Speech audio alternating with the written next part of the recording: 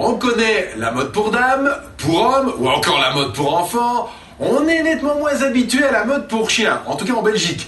C'est pourtant un métier dans le vent. David Antoine s'est rendu à Othon, dans la province de Luxembourg, dans un magasin où on sape et nippe les toutous de la tête aux pattes. Aujourd'hui, quand on est chien et qu'on est de sortie, porter un bijou incrusté de diamants à la gloire de Icom, c'est chic de chez chic.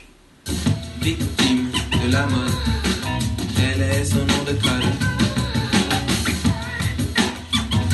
Soyez les bienvenus dans le temple de l'accessoire pour chiens. Nous allons maintenant aller à la rencontre de Nadine, qui, elle, est styliste canin. Bonjour Nadine. Bonjour David. Je suis ravi de vous rencontrer. Et on peut voir le là Oui, voilà le là. Toutes ces coutures. Avec la petite création réalisée spécialement pour votre émission.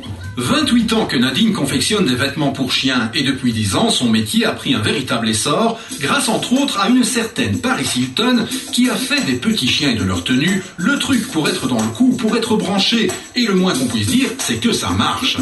Un petit chien en small n'a pas toujours la même taille, donc parfois on fait des petites retouches. Ici, Lola, elle a la taille mannequin, donc c'est toujours parfait. Il faut pratiquement jamais faire de retouches pour la petite Lola. Ok, très et bien. on va mettre son petit chapeau. Est-ce qu'ils supportent facilement les chapeaux? Pas tous, mais Lola, oui, elle le supporte bien. L'idée, ce n'est pas simplement d'habiller son chien, mais bien de l'assortir à sa propre tenue, pour un mariage ou une cérémonie. Et c'est là qu'intervient le travail de Nadine. J'ai customisé le sac pour Lola, comme ça elle était bien dans son sac, et alors elle a aussi la petite toilette assortie. Oula, Bien mal. calme-toi Lola, t'inquiète pas. Voilà. Oui, d'accord, ok. Voilà, comme ça elle était. Alors vous avez fait fureur à ce mariage. Oui.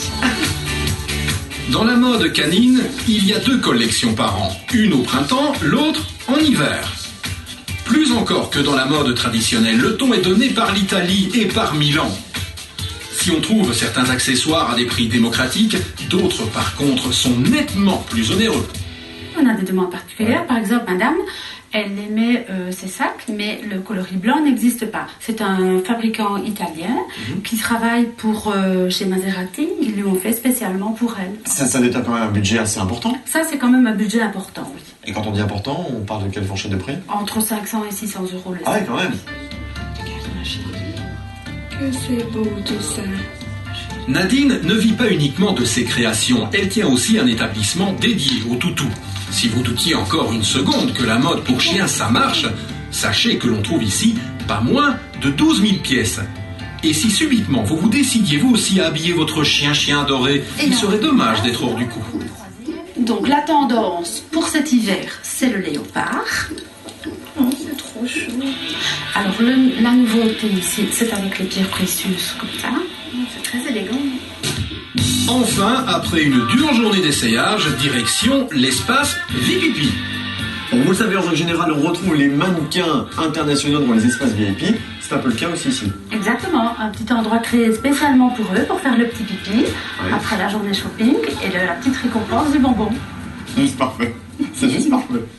Rien à redire, ils sont parfaits.